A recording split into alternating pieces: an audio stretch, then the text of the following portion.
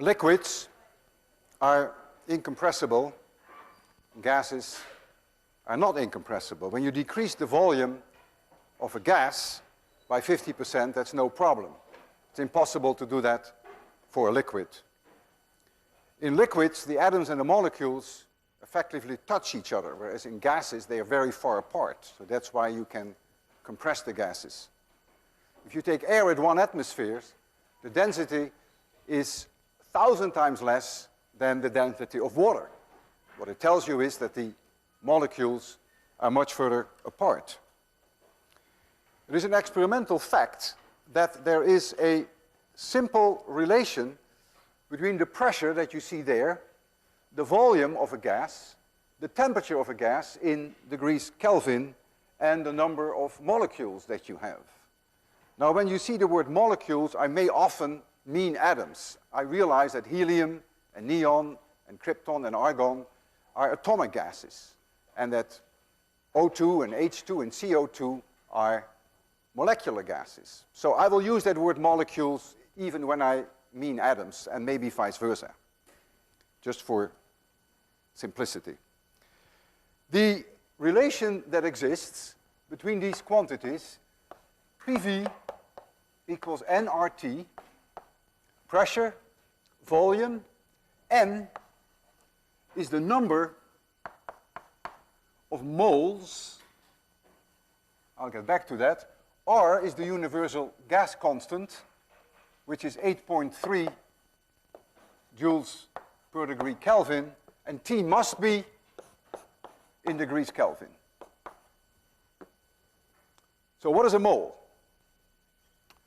A mole has always about 6.02 times 10 to the 23 molecules, or atoms in the case that you have helium, but I will call that molecules. And this number is called Avogadro's number.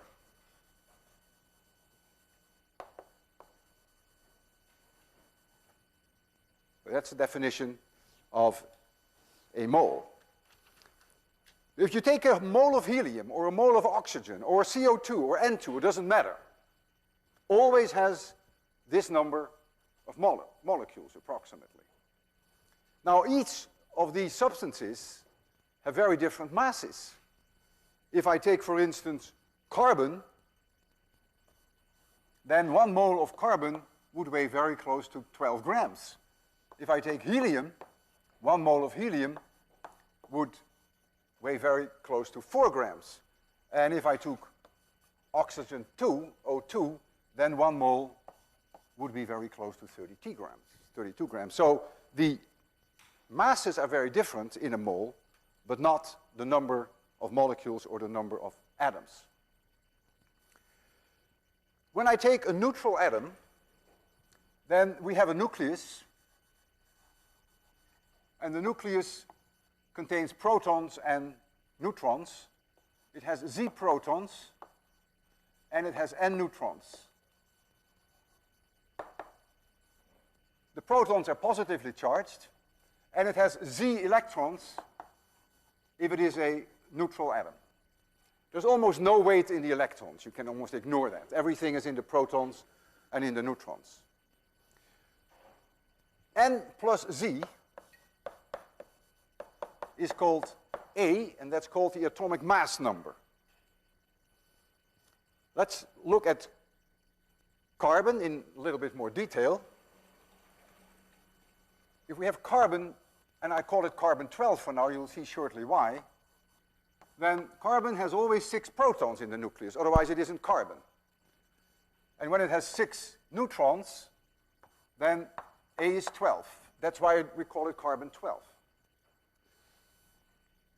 So the atomic mass number of carbon is 12, but if you had, for instance, carbon 14, which happens to be radioactive, again, 6 protons, otherwise it wouldn't be carbon, you would have 8 neutrons now, and now you would have atomic mass number would be 14.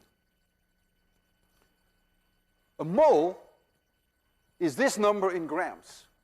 And so you see carbon is the atomic mass number in grams. You see 12 there.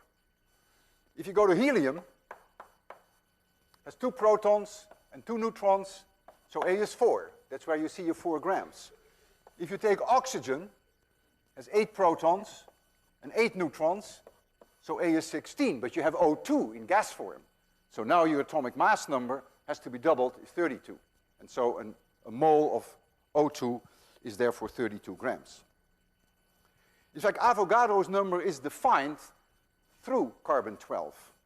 If you take 12 grams of carbon-12 and you count the number of atoms that you have, then you find exactly Avogadro's number. That's the definition of that number, and that's very close to what we have there, 6.02 times 10 to the 23rd.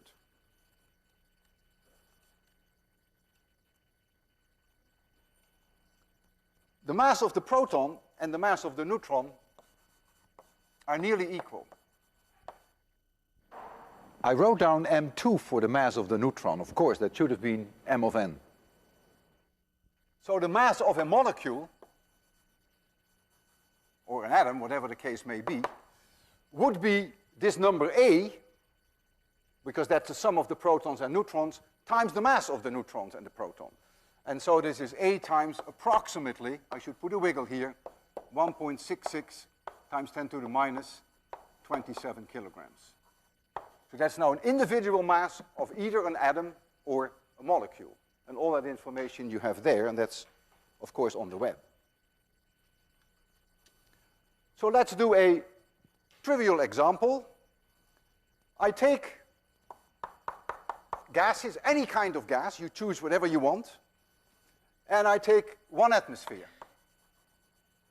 So that means that the pressure is 1.03 times 10 to the 5th Pascal.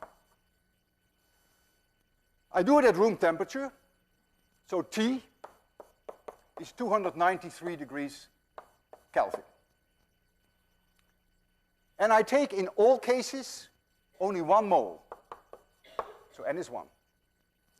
And I'm asking you now, what will be the volume of that gas?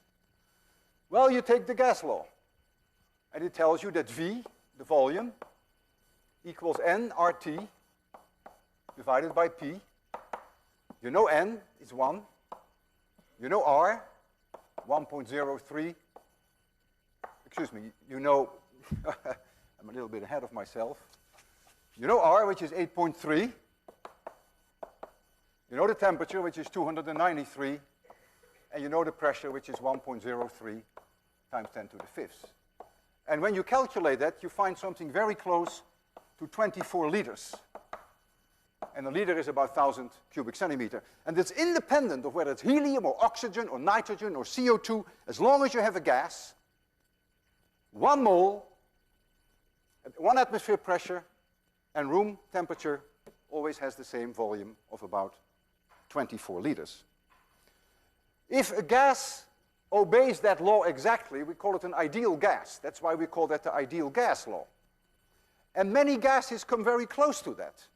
In fact, if you took oxygen, O2, and you take 1 mole of oxygen at room temperature and at 1 atmosphere pressure, and you were to calculate its volume, the actual volume that you measure is only 0.1% smaller than what you would find with the ideal gas law. If you do it at 20 atmospheres, it would still only be 2% smaller. So it's a very good approximation in many cases.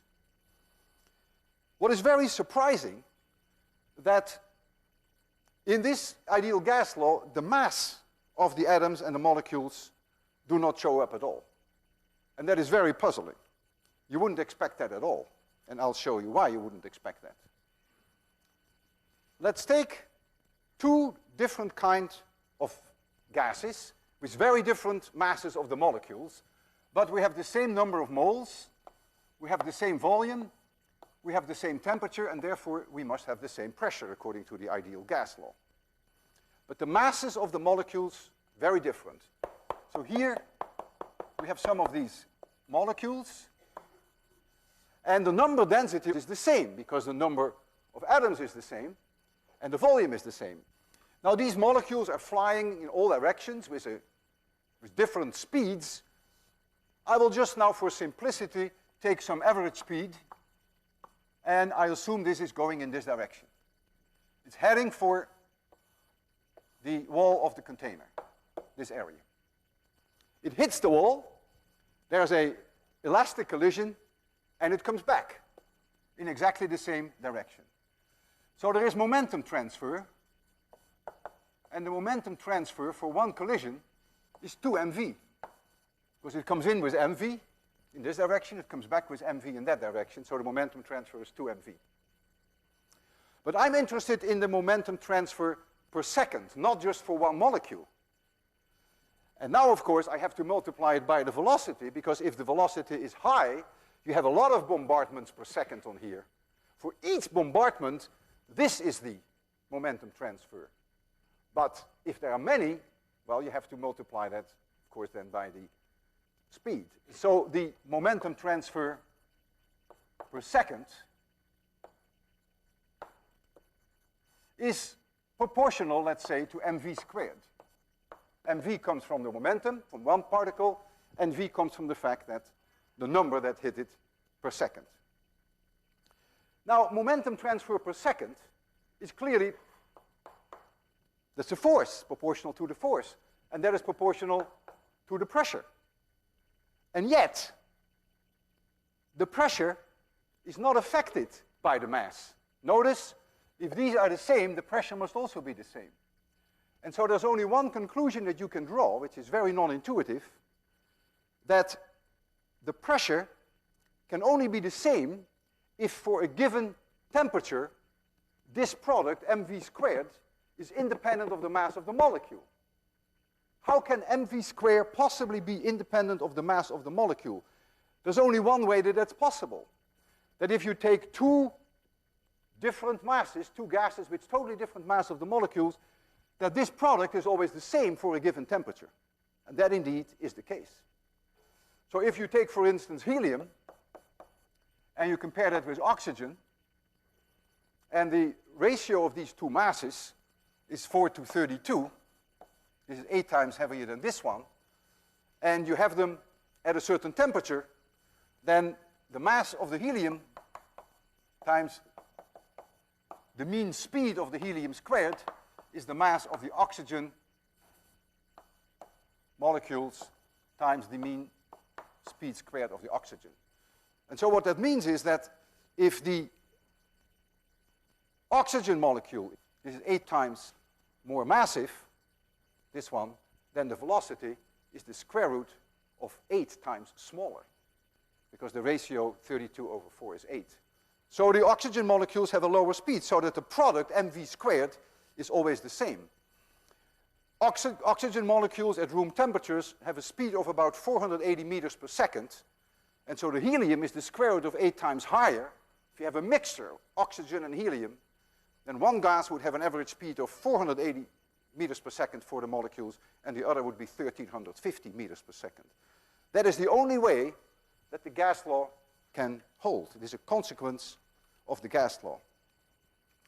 You very often see the gas law written in a different way, and you see it written as PV equals capital N times K times T. You see that also there. And this N now is the total number of molecules that you have.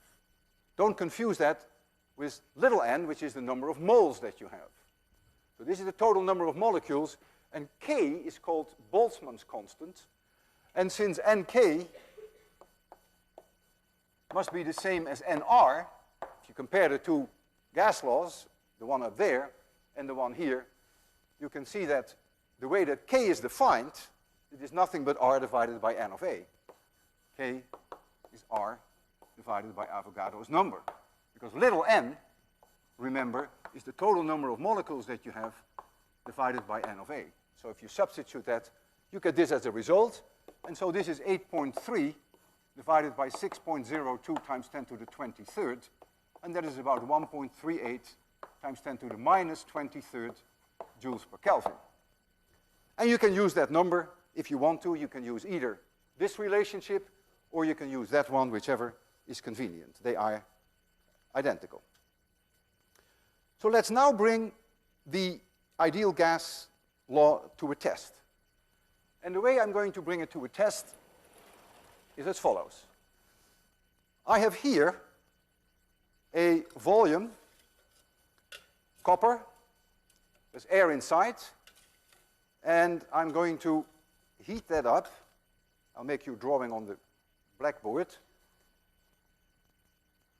Here's that volume, and there's extremely thin tube which has almost no volume, and at the end is a pressure gauge. So there's a pressure gauge here which gives us the pressure, and the pressure is given in pounds per square inch, much to my regret, but that's the way it is. For your recollection, 1 atmosphere is approximately 15 pounds per square inch. It is also a gauge that measures overpressure. In other words, if you expose it to 1 atmosphere, it will read 0.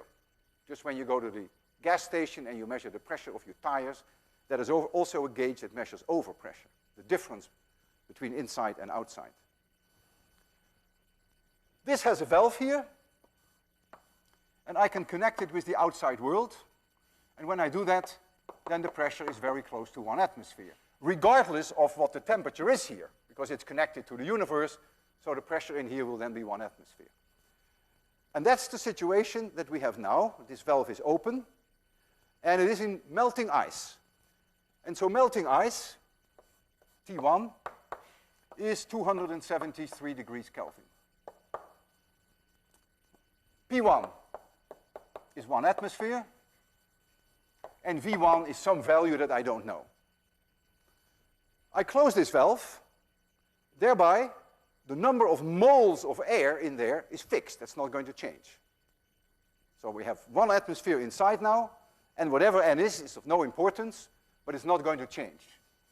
Now I'm going to put it in boiling water, and so I know now that T2 will become 373 degrees Kelvin. I want to know now what P2 is, and the volume is hardly going to change at all. It changes because of the expansion coefficient of copper. And I made a small calculation based on this size, and it turns out that the extra volume that you get because of the heat is only 0.5% of the original volume. So we can forget the fact that V2 is just a hair larger than V1. It's close enough to say that these are the same. And of course, we have the same number of moles. So now we can predict with the gas law what the pressure is going to be when we stick it in the boiling water. So we're going to get that P1, V1 equals nR T1, P2, V2 equals nR T2.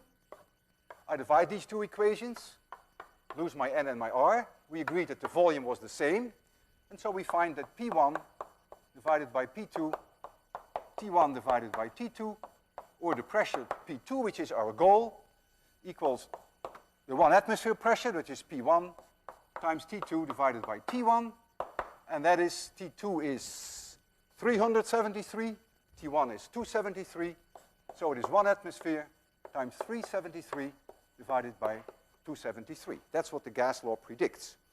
And that ratio is 1.366.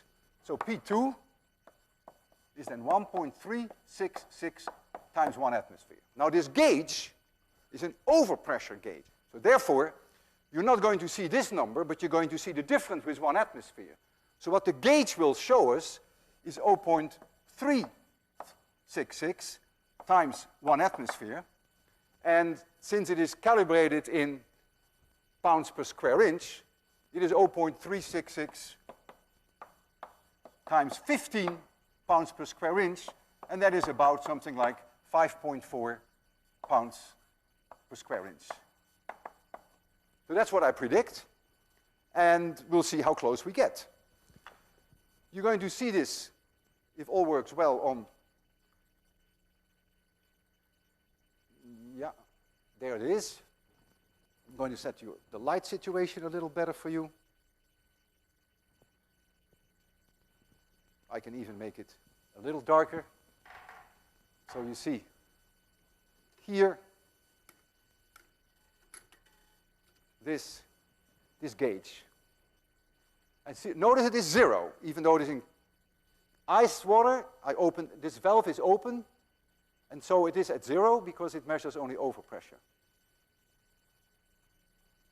And now we're going to close this valve.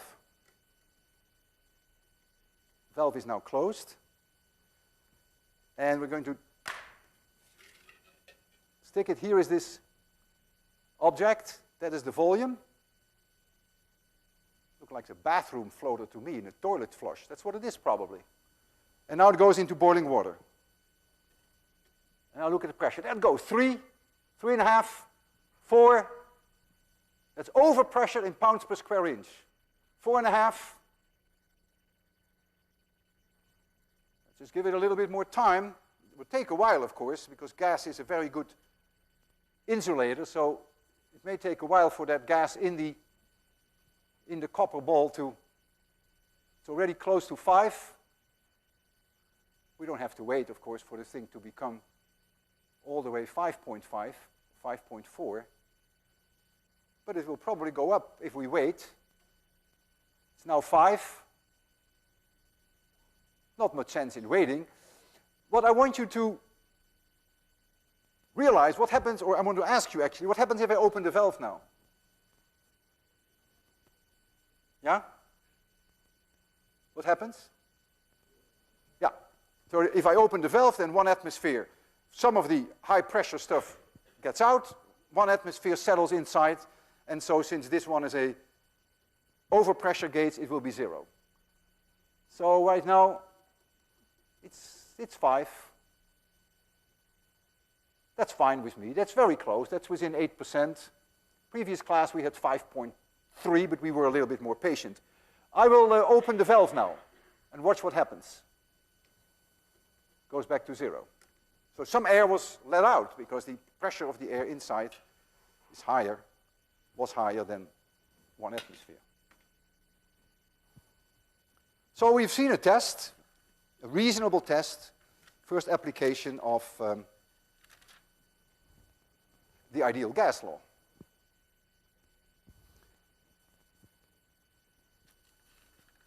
A gas can turn into a liquid, and a liquid can become a solid. And that depends entirely on the kind of substance, the temperature, and the pressure that we have. And this brings us to the field of what we call phase diagrams.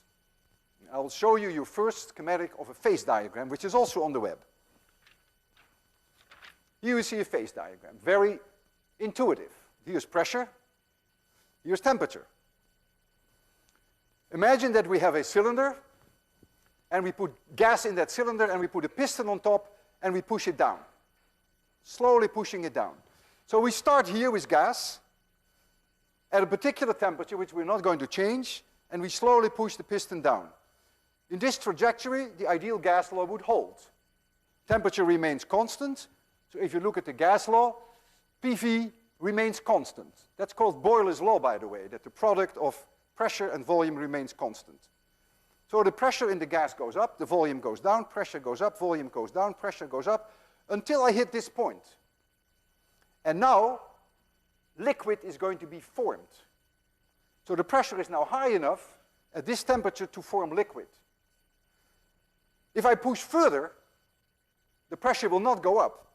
All the gas will first turn into liquid, all of it, until the last molecule. And not until everything has become liquid can I push even further onto the liquid to increase the pressure on the liquid. It may be a silly thing to do, but I could do that. You're not going to compress it very much, but you can try. And in some cases, if you put a tremendous pressure on it, you may turn the liquid into a solid. And then you reach this domain where you have a solid. What is much less intuitive, that if you did it at a lower temperature and you squeeze the volume so that the pressure would go up, that you may now reach the point here in this phase diagram whereby no liquid is formed, no condensation of liquid, but you get immediately the formation of crystals. So you go from the gas phase immediately into the solid phase. If you push further down the piston, the pressure will not go up until all the gas has become solid. And then it will continue to go further. Suppose this were 1 atmosphere here. And I took some ice, or you can take a piece of iron at 1 atmosphere. And it's a very low temperature, it's a solid. And I start heating it up, but I keep the pressure 1 atmosphere. It's a solid, it's still a solid. At this point, it begins to melt. This will be the melting point. And when I keep heating it, temperature will not go up until all the solid has been melted into liquid. Then I can increase the temperature. Then the liquid will get hotter until you reach this line. And when you reach this line, some of the liquid will turn into gas. It will boil at 1 atmosphere. You will see it boil. You cannot increase the temperature. If it is water, it will stay at 100 degrees centigrade. There's nothing you can do until all the liquid has become gas. We call that water vapor. Then, after that, the temperature can be further increased. So this point would be a melting point for ice and water, and this would be the boiling point at 1 atmosphere. So that's the idea behind a phase diagram, and we are going to use them today for some of our experiments. I have here a fire extinguisher, and the fire extinguisher is filled with CO2. That's a given. And I ask myself the question, seriously, this is really a question that I ask myself. It's not something I made up for you. I ask myself the question, is there liquid inside, liquid carbon dioxide, or is there gas inside? And if so, what could the pressure be? So I measured the volume of that tank. It's about 40 centimeters high, and it has a diameter of about 15 centimeters. So it's a cylinder. This is about 40 centimeters, and this is about 15 centimeters. So the volume, easy to calculate, 2.3 times 10 to the minus 3 cubic meters. It's clear that it is at room temperature. That's non-negotiable, so that's about 293 degrees Kelvin, the same temperature that we are at. So now I want to know how many moles I have, the little n. And what I read on the label, that this tank, when it is full, weighs 31 pounds, but when it's empty, no CO2 inside, it weighs 21 pounds. So I have the mass of the gas, of the CO2 gas, whatever it is, maybe it's liquid, is 10 pounds. That's a given. And that is 4,500 grams. A pound is 450 grams. So I know what n is, because the atomic mass number of CO2 is 12 plus 32 is 44, and so that is 4,500 divided by 44. That's close enough to 100. So I have 100 moles. So now I can ask myself, what is the pressure? If this were a gas, what would be the pressure? Well, if this were a gas, then the pressure P would be N times R times T divided by the volume. I stuck in the numbers, and out comes 10 to the 8. 10 to the 8 Pascal. An enormous number. 10 to the 8 Pascal is about 1,000 atmospheres. So I doubted very much whether there's gas inside, because I said to myself, at that high pressure, CO2 probably becomes a liquid.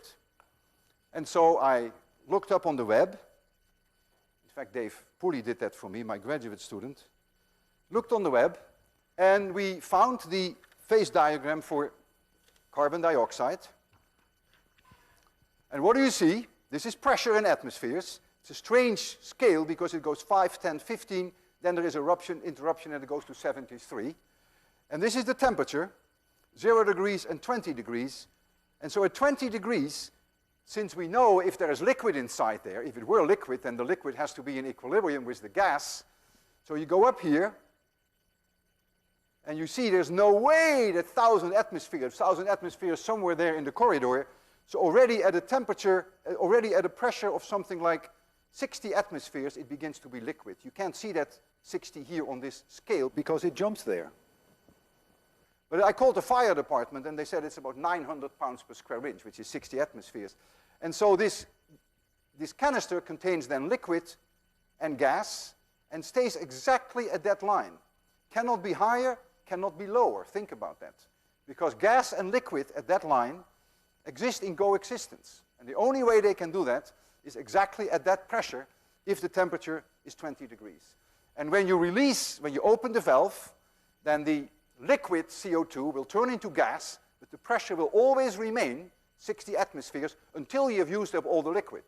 And not until then will the pressure come below 60 atmospheres.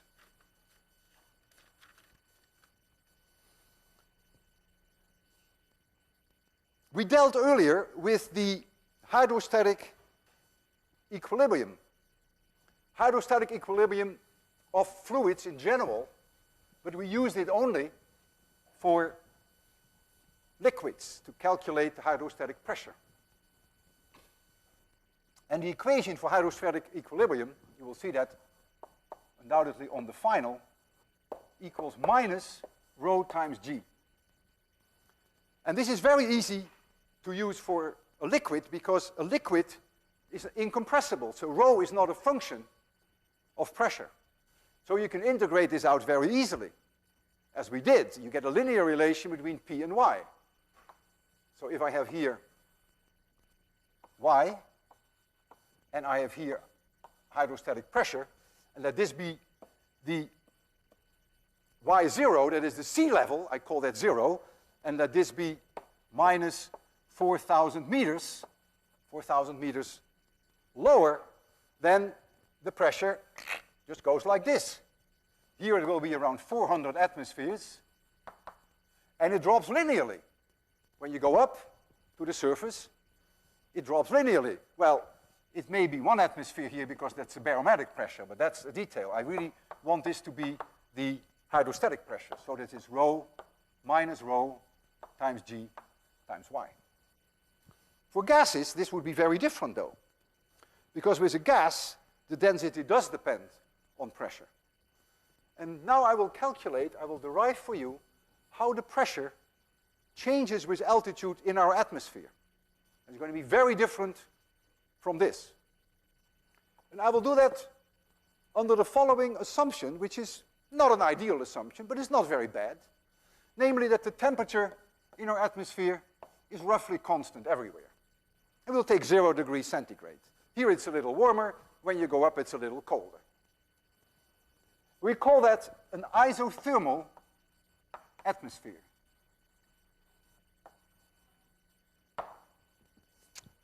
What is the density of a gas? Well, that is the mass of the gas divided by its volume. I take a certain volume, and I have n molecules in there, and each molecule has mass m, and this is the volume. So this is the density. But now I go to my gas law there, and I say, aha, capital N, which is the number of molecules divided by the volume, is also P divided by KT. So this is P divided by KT times M. So now I take this equation and I say, aha, dP dy equals minus Pm divided by KT times G. I bring the P under here and I bring the dy there. So we get dP divided by P equals minus mg divided by KT, which is some kind of a constant, times dy. Let's first talk about that constant. That constant must have a dimension 1 divided by meters, because this is dimensionless. Pressure divided by pressure has no dimension. dy has dimension of length. So this must have the dimension of 1 over length. In fact, I can calculate what KT over mg is. That should then have a dimension of length. I know K. I know T. I take 0 degrees centigrade, so T is 273. I know what G is. What do I take for the molecule, a molecule of air? What is an air molecule? Well, we have 20% oxygen. We have 80% nitrogen. The atomic mass number of oxygen is 32. Nitrogen is 28. But really, there is more nitrogen than oxygen. So take 29 as a reasonable atomic mass number for a mean mass of an air molecule. And so you'll get then that it is roughly 29 times the 1.66 times 10 to the minus 27 kilograms. And you stick that in that equation. You can't be too far off. And what you find, that this is 8,000 meters. Has the unit length. Or it is 8 kilometers. And we call this H0. So I will rewrite this a little. We're always done with our integration. So I will rewrite the equation and introduce for that constant 1 over H0. Because remember, I turned it upside down there to get length. So we have dP over P equals minus 1 over H0 times dy. I integrate this between P0, which is sea level, and P at some altitude h. And so dy between 0, sea level, and altitude h. And that's an easy integral. So I get ln P at altitude h divided by P0 equals minus h divided by h0, because an integral of dy from 0 to h is simply h. And so what do I find now? That the pressure at altitude h equals P0 times e to the minus h divided by h0. This is the altitude in the atmosphere. And if you take this 8, then this is the altitude in kilometers. H0 would then be 8 kilometers. And so if you use this equation, you can calculate what the pressure is at the various altitudes in our atmosphere, and that's not a bad approximation. Everest is 8.9 kilometers high. If you use this equation, you'll find that the atmospheric pressure is there only 1/3 of what we have here. Not enough oxygen to live. I did quite a bit of observing at an optical observatory in Chile, which was at an altitude of 2,400 meters. At 2,400 meters, the pressure is 3/4 of an atmosphere, according to this equation. And water doesn't boil there at 100 degrees centigrade. Here at sea level it does. But at 3/4 of an atmosphere it boils at 92 degrees centigrade. So you can never time to get a soft-boiled egg. You can never time that properly because you're used to the 100 degrees centigrade. In fact, in the kitchen there were tables which indicated how long you would have to boil potatoes to get them what you want to at 90 degrees centigrade. That's all you can get. You can't go any higher. On Mount Everest, water will boil at 72 degrees centigrade. So there's no way you can get yourself there some real hot food. So you need a pressure cooker there, of course. If you go to 30 kilometers altitude and you ask this equation what the pressure is, it's 1/45 of an atmosphere. It's only 17 millimeters mercury. Water at 20 degrees centigrade would boil at that altitude. I want to show you the phase diagram of water.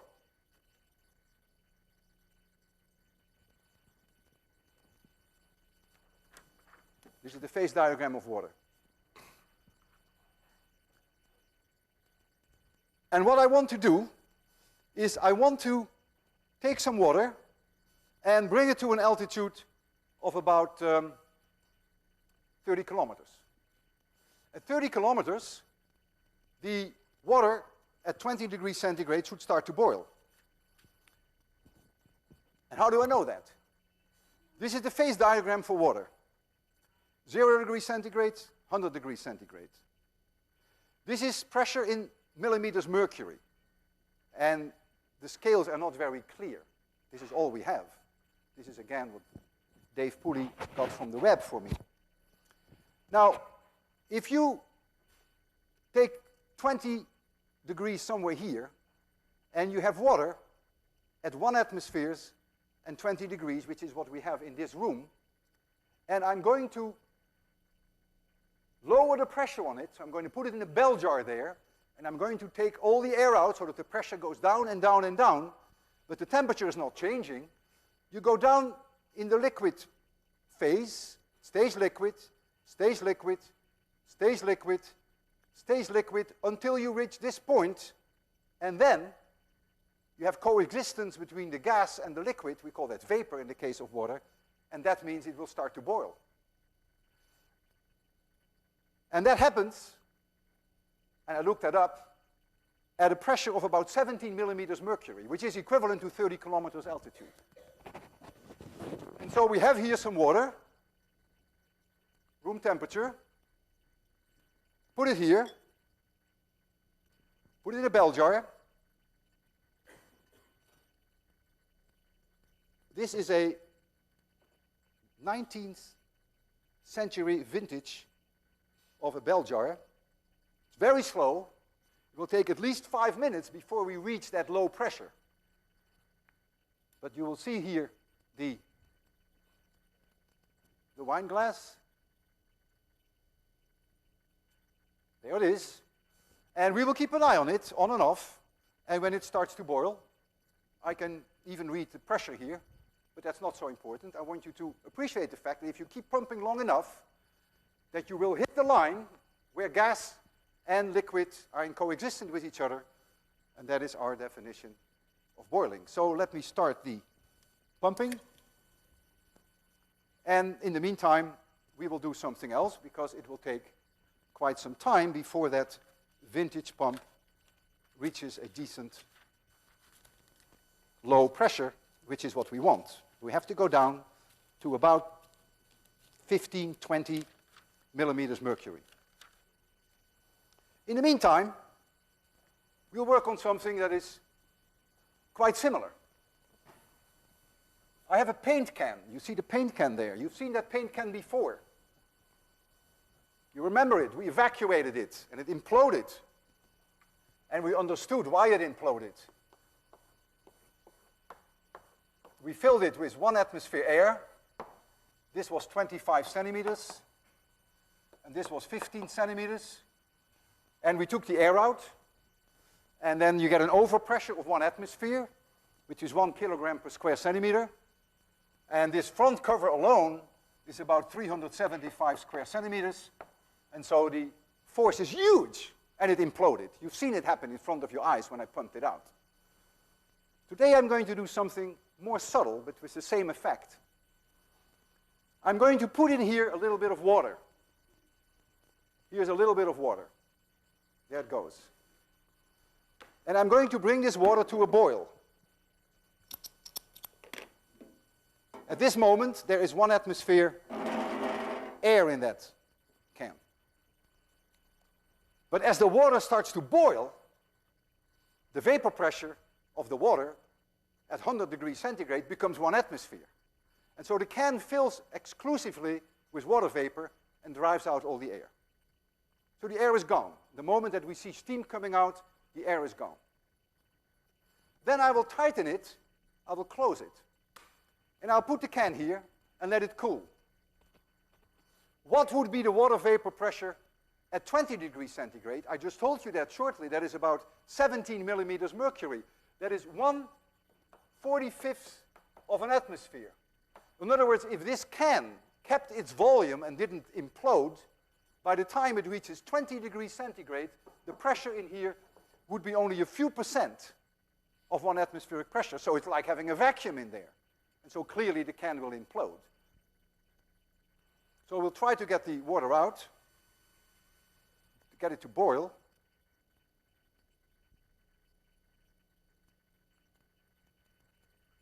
I think it is boiling. I have to make sure that all the air is out. I really want pure water vapor in there.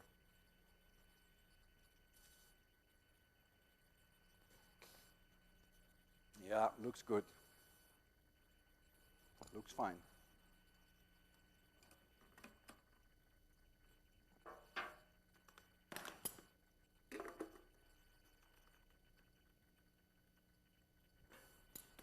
There it goes. So now, the vapor pressure goes down. The gas, if you want to call it a gas, which is what it is, condenses into liquid, because at lower temperature, it will start to condense. And what it does, it's going to walk down this line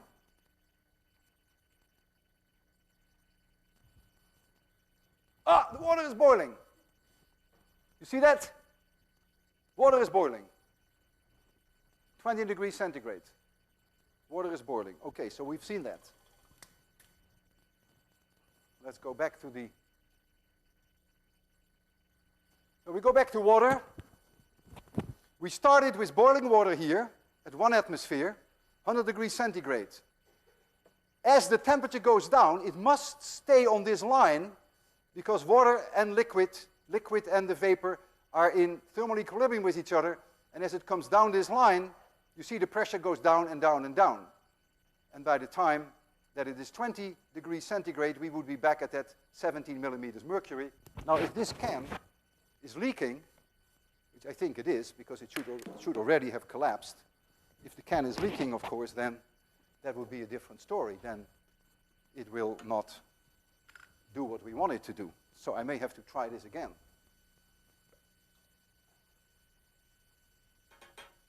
So we do it again with another can. See, that already should have imploded.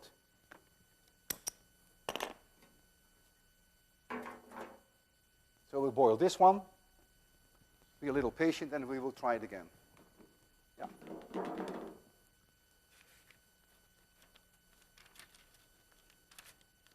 In the meantime, I want to challenge you a little bit and expose you to a demonstration which is kind of bizarre. And I want you to tell me why it doesn't behave the way I want it to behave. I have balloons, small balloons here, which are filled with air. And I'm going to put them in liquid nitrogen. So they have a certain volume. I don't care what that volume is. They are at room temperature, which is 293 degrees. And the pressure inside is very close to 1 atmosphere. There's almost no overpressure in those balloons. I'm going to make the temperature 77 degrees Kelvin, which is liquid nitrogen. The pressure will remain very closely 1 atmosphere. These balloons don't have very much overpressure no matter what you do with them. And so I want to know what the volume is, how much they're going to shrink. Well, I apply the ideal gas law, and the number of molecules is not going to change. R is not going to change. So the new volume is going to be the old volume times the new temperature divided by the old temperature. And so that is the old volume times 77 divided by 293, if the ideal gas law holds. And that is 1/4 of V1. So the volume becomes 4 times less. If the volume is 4 times less, then the radius becomes 60% of what it originally was, because R cubed goes with the volume. So R2 is about 60% of R1. So that should be very noticeable. A balloon this big should become this big. What you will see, however, is something very different. Okay, I think we are okay on this one now. We'll try to put the cap back on, if I can find the cap. Oh yeah, there it is. Now let me tighten it a little better than I did the first time.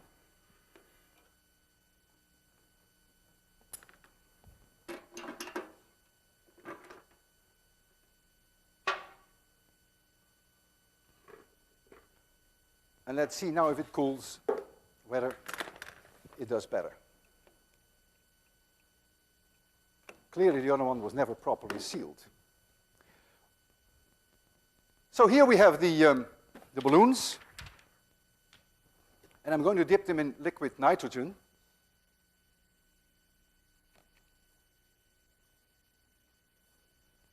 Come on, can. It would be quite a coincidence if that one is also leaking. Normally they collapse in seconds. This one doesn't want to collapse. There it goes. There it goes. It's making obscene noises. There it goes. There it goes. You will see that. Look at the balloons. Here's a balloon. And here's a balloon. Anyone's birthday today here? Must be someone, 200 kids, not kids, 200 grown-ups. Someone must be birthday. 50% chance. No one's birthday? Hard to believe. Okay.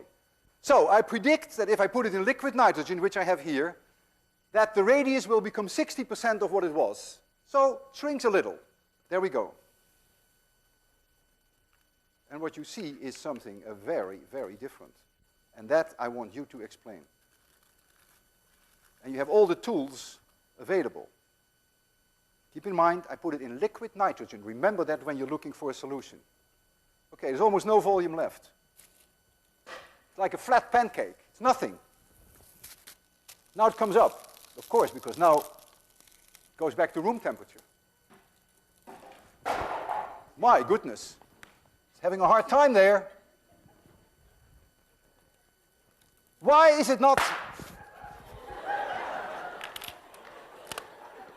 Why is it not 1/4? Why is it so much smaller than what you expect? I'll do one more. If you come here, you'll see that it is nothing. The volume is effectively zero. You see that? Don't be worried. And now it comes up. Last question for you to think about this weekend. I have here a can with tennis balls. And when you open this can, as everyone knows who plays tennis, you hear psht. When you go to Europe and you buy coffee, and you open a coffee can, you hear psht. People like that. They think that's good. A little bit of vacuum in there, something like that. Makes the coffee stay longer, better, fresher. Baloney, but that doesn't matter. In any case, these tennis balls in the same tradition, you open it up and you hear psht. Now comes the question for you. Is the pressure inside the can higher than 1 atmosphere? Or is it lower? It cannot be the same, because then you wouldn't hear psht. And if so, why would the pressure inside be different? And I'll give you one clue. And the clue is crucial. You open the can, you don't play with the balls, you wait 2 days, and the balls are useless. You can't play with them anymore. That should give you a clue. Think about it. Think about the liquid nitrogen balloons. Have a good weekend. See you Monday.